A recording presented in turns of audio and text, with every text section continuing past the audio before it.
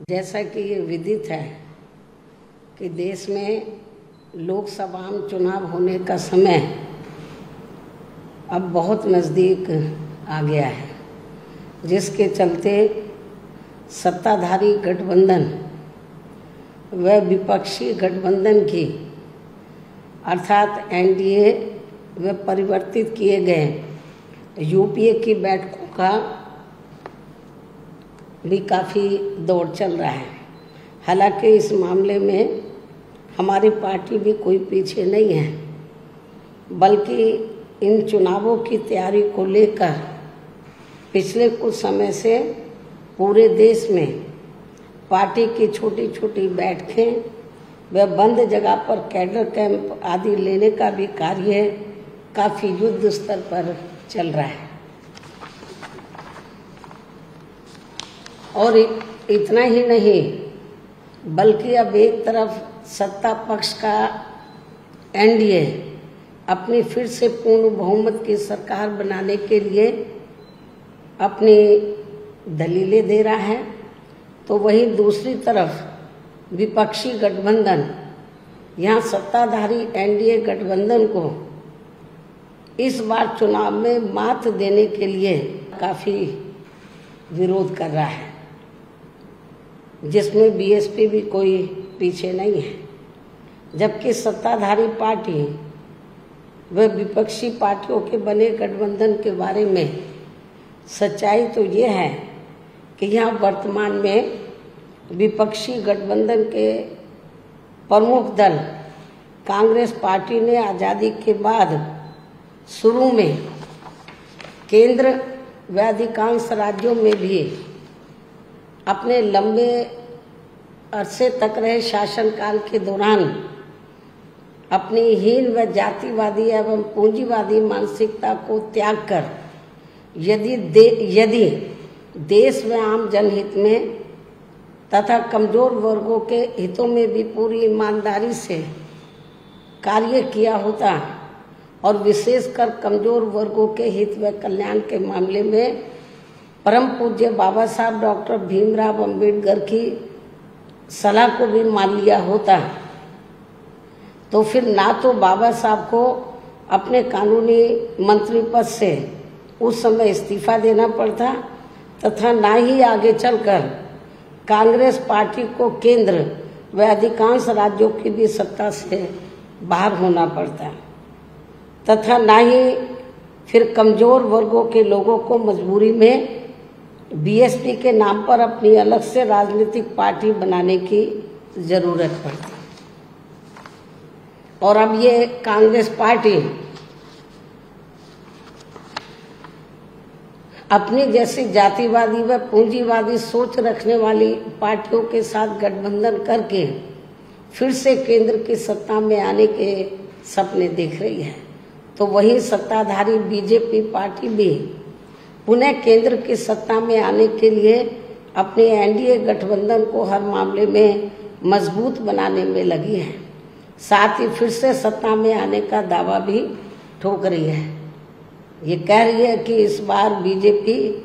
और उनका गठबंधन 300 से ज़्यादा सीटें लाएगा, इसका भी दावा ठोक रही है, जिनकी कथनी व करनी में कांग्रेस पार्टी की तरह ही कोई खास अंतर नजर नहीं आता है। कहने का तात्पर्य ये है कि अब ये दोनों बने गठबंधन यानी कि एनडीए व परिवर्तित किए गए यूपीए केंद्र की सत्ता में आने के लिए अपने अपने दावे ठोक रहे हैं, जबकि जनता को किए गए इनके वायदे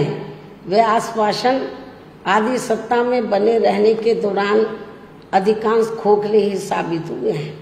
वैसे भी कांग्रेस व बीजेपी एंड कंपनी के बने गठबंधन की अब तक रही सरकार की कार्यशैली यही बताती है कि इनकी नीति, नियत व सोच सर्व समाज में से विशेषकर गरीबों, दलितों, आदिवासियों, पिछड़े वर्गों, मुस्लिम एवं अन्य धार्मिक अल्पसंख्यकों के प्रति लगभग एक जैसी ही रही है, क्योंकि इन्होंने सत्ता में रहकर शुरू से इन वर्गों के मामले में अधिकांश कागजी खाना पूर्ति ही की है तथा जमीनी हकीकत में इनके लिए कोई ठोस कार्य नहीं किए हैं। लेकिन जब ये लोग सत्ता से बाहर हो जाते हैं तो तब फिर वे अपने वोट की खातिर इनके हितों में काफ़ी लंबी चौड़ी बातें करते हैं। जैसे कांग्रेस पार्टी का गरीबी हटाओ का व बीजेपी का हर गरीब के खाते में 20 लाख रुपए पहुंचाने को लेकर कही गई ये बातें सत्ता में आने के बाद केवल हवाई व खोखली ही साबित होकर रह गई हैं, जिसकी खास वजह से ही बीएसपी ने सत्ताधारी गठबंधन व विपक्षी गठबंधन से ज़्यादातर अपनी दूरी ही बना के रखी है। ऐसी स्थिति में अब इन वर्गों के लोगों को यानी कि कमज़ोर वर्गों के लोगों को आपसी भाईचारे के आधार पर वे अपना अकेले ही मजबूत गठबंधन बना के या हर मामले में अपनी एकमात्र हितैषी रही पार्टी बीएसपी को ही मजबूती देनी है तथा जिससे फिर यहाँ कोई भी गठबंधन केंद्र व राज्यों के बीच सत्ता में पूरी मजबूती के साथ आसीन ना हो सके तथा इसके स्थान पर फिर इनकी मजबूत नहीं बल्कि मजबूर सरकार ही बनेगी। हमारी पार्टी का ये पूरा प्रयास होना चाहिए ताकि बीएसपी के सत्ता में ना आने की स्थिति में भी इन कमज़ोर वर्गों का